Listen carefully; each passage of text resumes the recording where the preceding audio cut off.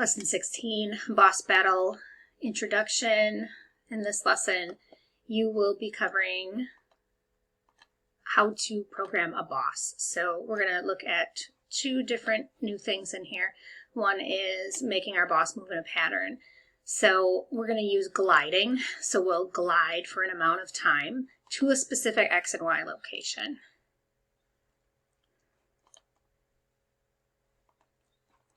So if you look at these different examples, this is going to have Cody do this gliding around here.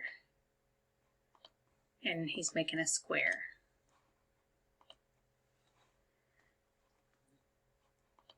Now if we put those in a forever loop, then it will then continually do this forever. So here goes Cody gliding in this loop forever. And then the repeat until variable. So with a repeat until loop, this runs code inside until this condition, whatever we put in here, is satisfied.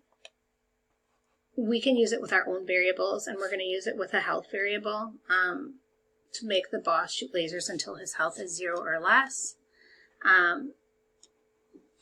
This one has a repeat loop with a counter variable.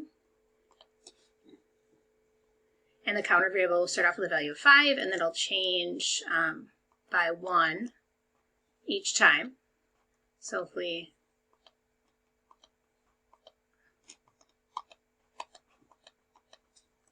okay, this isn't really doing anything, but all right.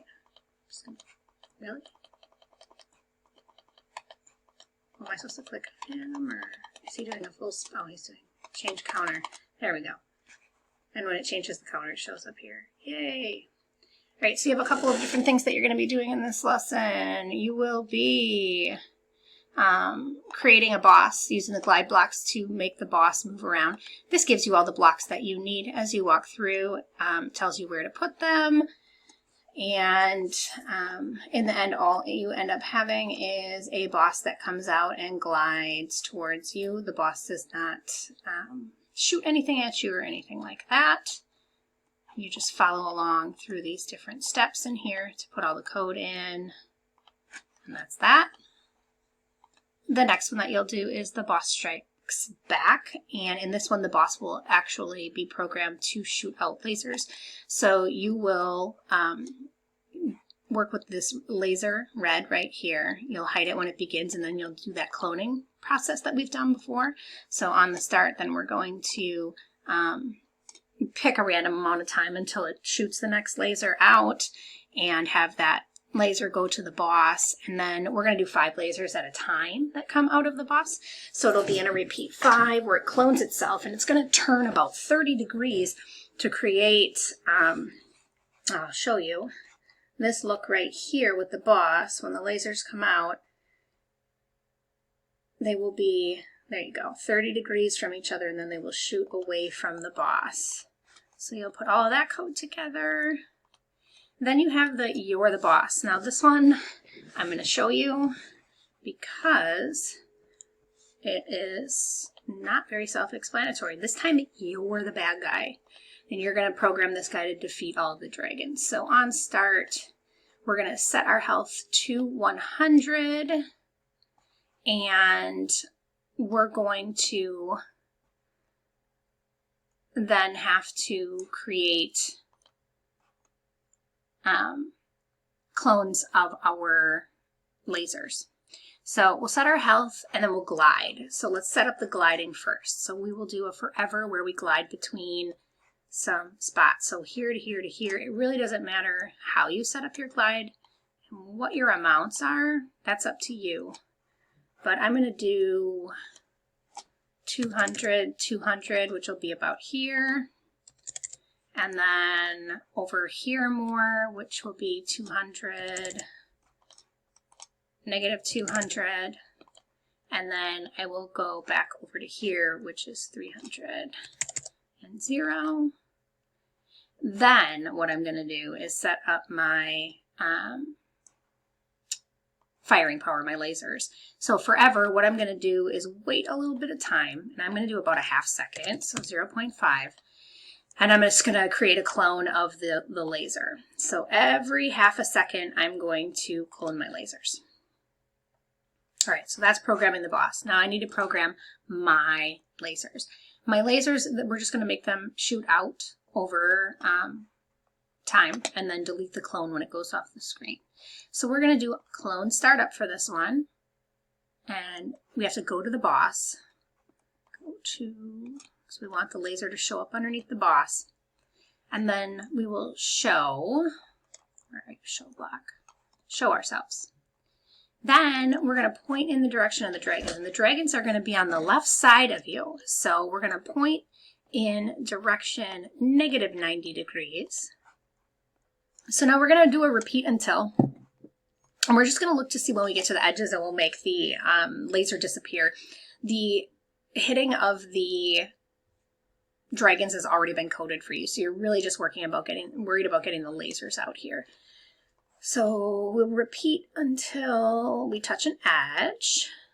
And what we'll do is move, and I'm going to do 20 pixels because 2 is too small. We did 20 in the last one and I like the way it looked. And then we will wait just a little bit between. We'll do the 0.01. And then we have to delete that clone, otherwise it just hangs out forever. So that is the coding for this. So now we don't have to do anything. It's going to do all the work itself. You just play it. You don't have to move your mouse or anything. And that's it. But that was not self-explanatory at all. That was a hard puzzle. All right. The final thing that you'll be doing is this boss rush, and it's actually really hard. So you're going to add a score when it goes up when you defeat the boss. I'll show you where that is, and make the boss move different each time it returns, then find ways to improve the game. So look here, adding a score. That variable has already been created for you. You want to program the info actor to display the score. So you're going to go to this info actor. And right here, you need to pull over the variable score and put it in here, okay? Then, the next thing that you're going to do is increase the score every time the boss is defeated. So if you go over to the boss plane, and if you look right here, this is when that health gets to 0 and it's been destroyed. So when that happens, it's changing the score by 500. They've already done the coding for you. It's there. The next thing you're going to do is increase the level variable by 1 every time a boss is defeated. So right here, you're going to increase the level variable. So you'll add to the level variable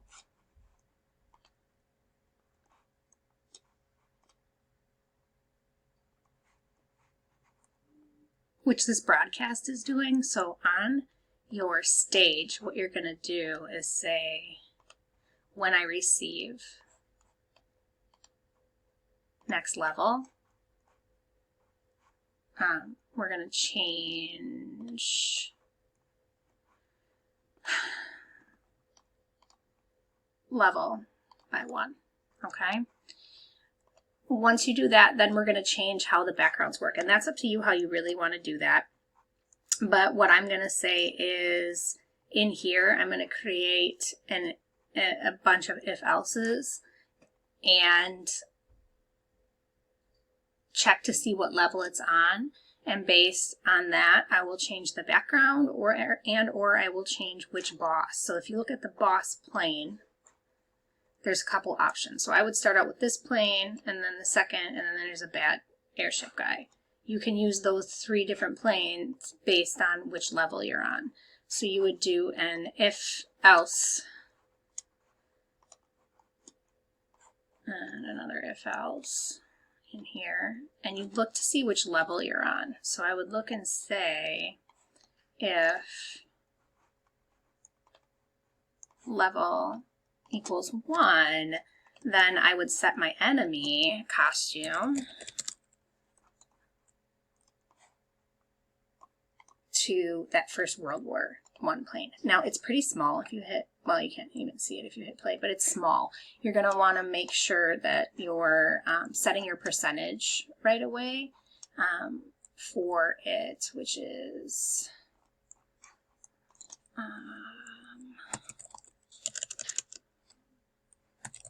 Size, here we go, set size to 100%. And then then you want to repeat this. So you're going to look and say, if it's level 2,